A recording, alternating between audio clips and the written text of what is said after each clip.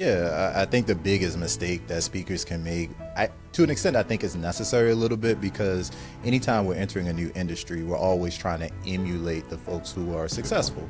Doesn't matter if you're trying to be a golfer, you look at the greats and then you try to figure out the fundamentals. Once you master the fundamentals, then you begin to figure out what is your own vibe, you bring your own swagger. And so speaking is the same. I think oftentimes I grew up listening to Les Brown, the Lisa Nichols of the world. I remember hearing some of your presentations too. I mean, going back, it seems far now, but I was on the campus of Morgan State University about 20 years ago, and that's when you were... You're right. That's how we met. Yeah. Right? Brian was a college student when I was speaking on campus. Shout out to Omar Muhammad. He was the first person. He was my neighbor.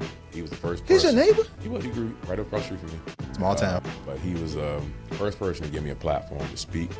One of the first radio shows I was on. So Omar done some great work with Morgan.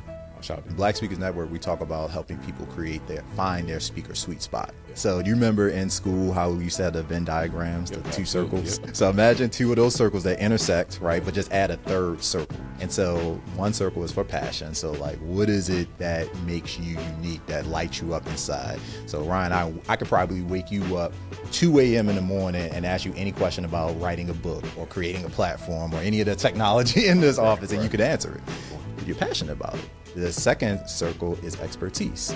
And so what are your life experiences? What have you done in your life that's valuable to others? Most people just kind of look at their profession and their job or their career, but ultimately any problem that you've solved in your life for yourself or for anybody else could potentially be a productized service that you can deliver out.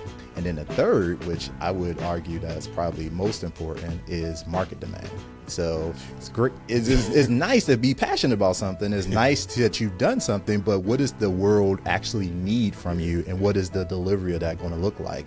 And so when you look at the intersection of those three circles, that is the speaker sweet spot. That if you can focus in on the intersection of those three things, not only will you ultimately be able to reach the audience you're called to serve, but you can also monetize your message.